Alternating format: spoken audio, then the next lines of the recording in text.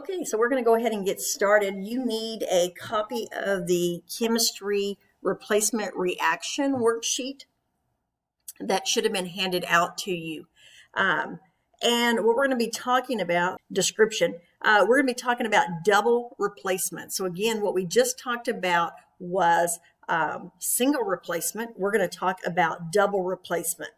And we're going to talk again about cations and anions. And if you remember, cations are your positives and anions or your negatives. And we're going to have just a double switch places going on here. So let's just look at this basic reaction. Now, when you write a compound, guys, the cation or the positive will always go first, and your anion or your negative goes second. So in this case, you have your A is always going to be positive, your B is negative, your C is positive, and your D is negative. And so when we go to do a double replacement, if you'll remember, positive attracts negative, right? Positive attracts to negatives. And if you have a positive and a positive, they will repel. Okay, so when I come over here to my compound, then this positive is going to attach or attract to the negative on your other one. Okay, in this case, it's always going to be your outside two. So A goes with D, then that's automatically going to leave B with C. Just be sure that you put the positive first, then the negative. So it's going to be CB is how you're going to write it. Okay, it's just a switcheroo. We're just going to switch them around. Okay, so let's actually look at an example here. And I'm going to kind of rewrite this just because of spacing. Don't quite have enough space. No problem. So I've got calcium hydroxide. And one of the reasons why I want to do this, because I want to leave some spacing for our balancing. So here's what we have so far. Now, again, your calcium, and if you want to, you could go ahead and put up above, okay, your calcium is going to be a +2. Guys, I'm assuming at this point that you know all of this. If not, we probably need to see each other. But here's calcium. It's in group 2. It's a +2. Okay. Your hydroxide is going to be back here on your back side. Okay. Here's hydroxide, and it's a -1. Okay. And that should make sense because you got two positives and a -1 makes two negatives. Now I'm just putting these on there because it's going to help us for our next step. Hydrogen again is going to be a +1. I have 3 of those, 3 positives. So we know that that means that phosphate is going to have to be a -3, or again, you could come to your table and look it up. Phosphate is at the very bottom down here, PO4. Now, again, going back to what I told you earlier, the positive is going to attach to the negative. So my positive is calcium because it's a 2+, and my negative is PO4. It's a 3-. Now again, guys, I'm just putting my charges here, and then I'm going to come back. So my other one is going to be the middle two. And again, my positive one has to come first. So my hydrogen has to come first, and then my hydroxide. Okay. And I know hydrogen to be a +1, hydroxide to be a -1. Now, I just need to go back in and check my charges. So if this is a 2 and a 3, remember we do the crisscross method. That means I need 3 of these, okay, and I need 2 of these. I'm gonna erase that and fix that, okay. PO4, and I need 2 of those. And here I already have a +1 and a -1, which is going to be my water, right? Now, I would just go ahead and leave it HOH for now. For us, that's going to make more sense, okay? Your next step is to balance your reaction, okay? Balance your reaction. So for those of you who struggle with balancing, I'll go ahead and work through. So the first thing, again, is let's just write everything down. So I have Ca. I have an OH, because remember I leave my polyatomic together. I have then just the hydrogen, and I have the phosphate. So I'm going to go through and I'm just going to count them up. Okay, so there's my count.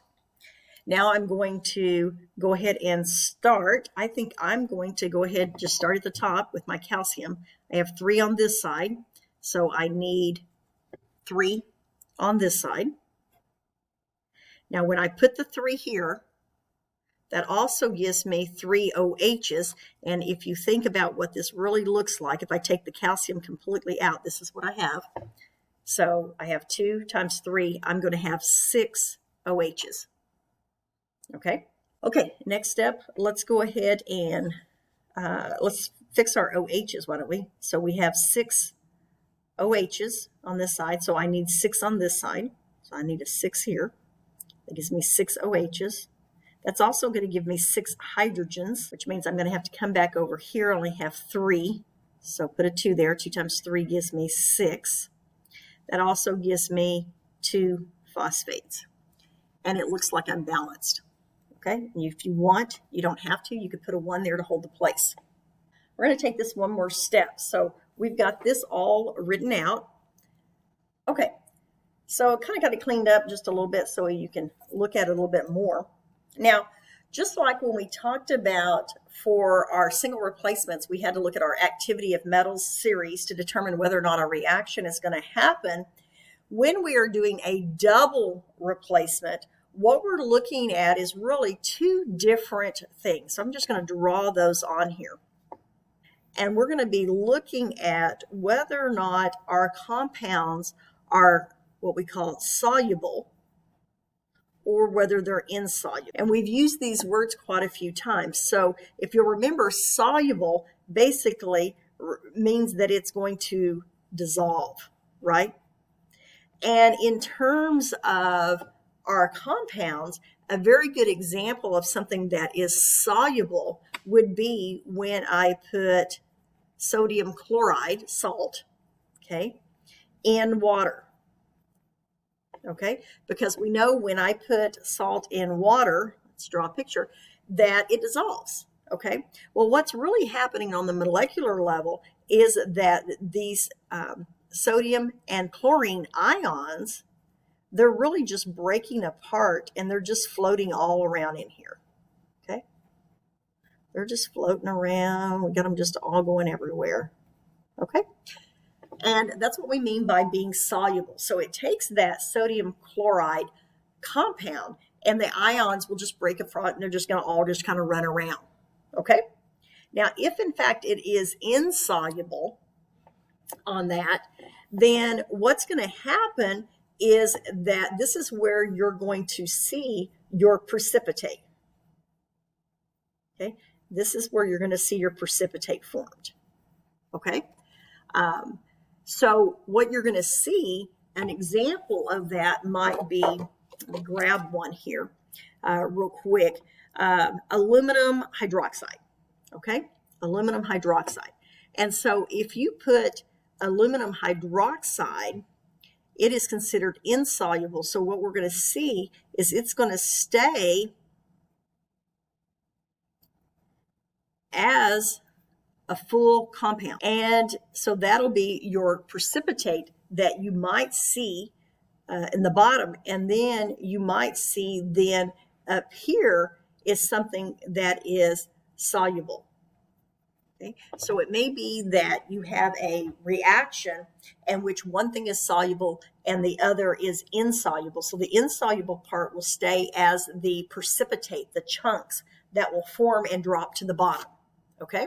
And so that's what we're going to be looking at. That's called a precipitation reaction a lot of times, and that's kind of another word for a double replacement. So how do we decide which one of these we have? That's the question. And so in order to do that, we're going to go to this chart right here. Okay, so there's your reactivity of metals chart. We're going to go to this chart right here. Okay, and 2 words that you're going to see is soluble, is the S. So when you see all these S's, that means that those compounds are soluble. They're going to break apart. They're just going to be in solution. They're going to be aqueous, would be what we would say with that. So let me go back to here. So if this is this one, we would call this aqueous. Okay, so the ones that are soluble are your aqueous solutions. The insolubles are going to stay, again, a precipitate. So we say they're the solid. So this S means solid, like in solid, liquid, and gas. Here's a key. Do not confuse this S, which means soluble, with the S we're going to put on for solid, liquid, and gas. Two totally different things. So let's go to our one here. We're going to look here at, so when we mix these, let's just go in here. When we mix these together, and you'll see this when we do the lab, these are both going to be aqueous solutions. I'm going to take two solutions, mix them together, and I'm going to see. And if you'll remember that yellow, when we did law of conservation of mass, and we made that yellow, remember that yellow that was here, and then we had the clear. This was clear. So that's what we're talking about here. Okay, so we're going to try to see, is there anything that is the yellow? We're going to look at calcium and we're going to look at phosphate. So we're going to this table. I'm going to come down and find calcium. Does everybody find that with me? Slide over until you match it up with phosphate. So calcium, phosphate. And so right here it says an I, insoluble. So what that means is that this is my solid. Okay, that's going to be my solid substance. In this case, it would be the yellow down here. Okay, I'm going to look at this one. Now, this is just HOH. That's just water. Okay, and so again, we know that that's just a liquid. So in this case, it wouldn't be yellow in this case, but this would be your calcium phosphate here. I think it's actually a white color. And you're going to have your clear water on the top. Let's try another one. So again, potassium +1. Carbonate, if you don't know what, in a different order, carbonate, it's a 2-. Now you don't have to put them on here if you don't want to. I just like it so it helps you to go ahead and get the numbers, and it helps you to do the positives and negatives. So I've got barium right here. It's in group 2, so it's a 2+. Chlorine, group 17, so it's a 1-. Okay, and now we're going to do our switcheroo. So again, the positive is going to come get the negative. The positive gets the negative. So KCl, yeah, and plus, and then the positive gets the negative. Ba gets the negative, which was the carbonate. Now, again, we're going to have to balance this. So potassium is a +1, chlorine's a -1. So do I need any subscripts? Hopefully you realize that zeroes out, you don't. Barium is a 2+, carbonate's a 2-. Again, do I need any subscripts? And again, the answer is no. There we go. Okay. First thing that we're going to do is, again, we're going to come in here and balance. Okay, so I have 2 potassiums here. I only have 1 on this side. So I'm going to need 2. I have, what else? 2 chlorines here. There's 2 chlorines. 1 barium, 1 barium, 1 carbonate, 1 carbonate. So it looks like that I am done there. Okay, so I've got my balancing. Now the next thing I need to do is fill in the 2 spots here. Okay, so I'm going to go again to my table, and I'm going to look for potassium and chloride. So I'm going to come down. Here's potassium. I'm going to come, here's chlorine, chloride, to come down, go over, there it is, S, soluble. What that again means is that this is my aqueous solution. And potassium chloride is just like sodium chloride, salt. Salt's going to dissolve, so it is going to be an aqueous solution all the time. And then we're going to do barium carbonate. So here's barium, and then here's carbonate, and it says that it is, that's an I, insoluble. Okay, and so insoluble means that this is my solid